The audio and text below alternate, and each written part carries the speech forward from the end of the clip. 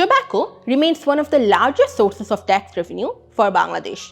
In the 2023-24 fiscal year, the industry contributed around 40,000 crore taka, an exceptionally high figure for a developing economy.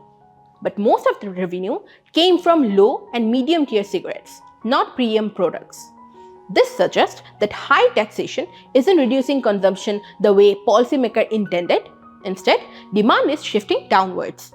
At the same time, declining affordability has contributed to a rebound in illicit trade, allowing illegal tobacco and other narcotic products easier entry into the market, undermining both public health goals and enforcement. So while Bangladesh already applies one of the highest tobacco tax rate in the world, around 83%, well above the WHO recommended 75%, taxation alone is no longer sufficient.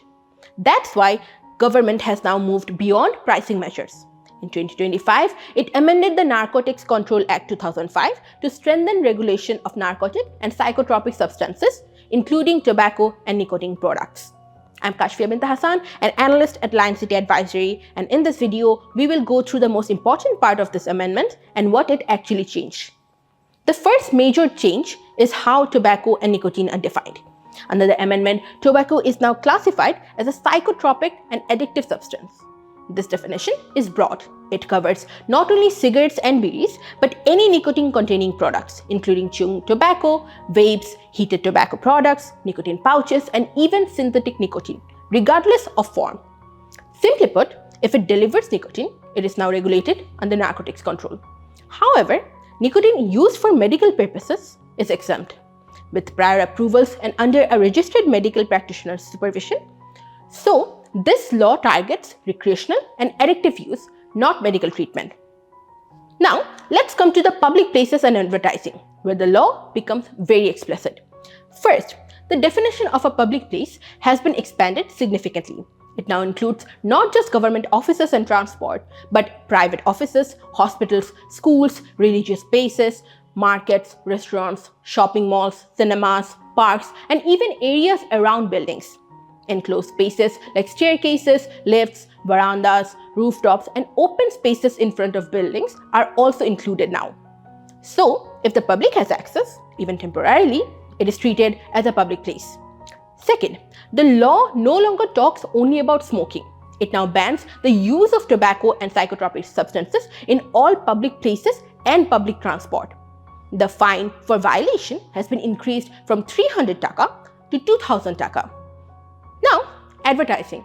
The amendment introduces a comprehensive ban on tobacco advertising across print, TV, radio, internet, social media, OTT platforms, apps, games, and cinemas. It also bans display of packets or samples at points of sales, use of tobacco brand names or logos to promote other products, and any use of tobacco branding in corporate social responsibility activities. Then comes the strongest control: sales restriction and bans. Tobacco sales are prohibited within 100 meters of schools, hospitals, clinics, and playgrounds. Violations carry up to 5,000 taka with double penalties for repeat offences. Second, the amendment introduces a complete ban on vapes, e-cigarettes, and heated tobacco products. No one can produce, import, export, store, transport, advertise, sell, or even use these products. Penalties include up to 3 months of imprisonment or 2 lakh taka fine for individuals. For companies, up to 6 months of imprisonment or 5 lakh taka fine. Repeat offences carry double penalties and products can be confiscated. Using these products also carries a 5,000 taka fine. Third, the supply chain is addressed. Cultivation, processing, transport, and sale of tobacco leaves and kendo leaves used for bidis are prohibited now. Violations can result in jail or fines up to 2 lakh taka with double penalties for repeat offences. Bidi manufacturing violations carry a 5,000 taka fine and company licenses can be cancelled.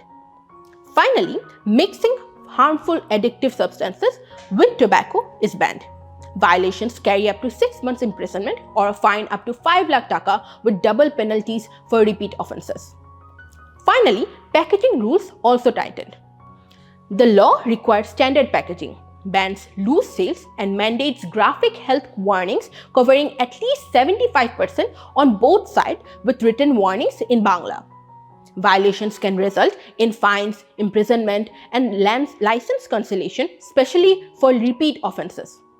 At a time when air pollution is worsening and lung-related diseases are on the rise, reducing additional respiratory risk becomes a policy priority.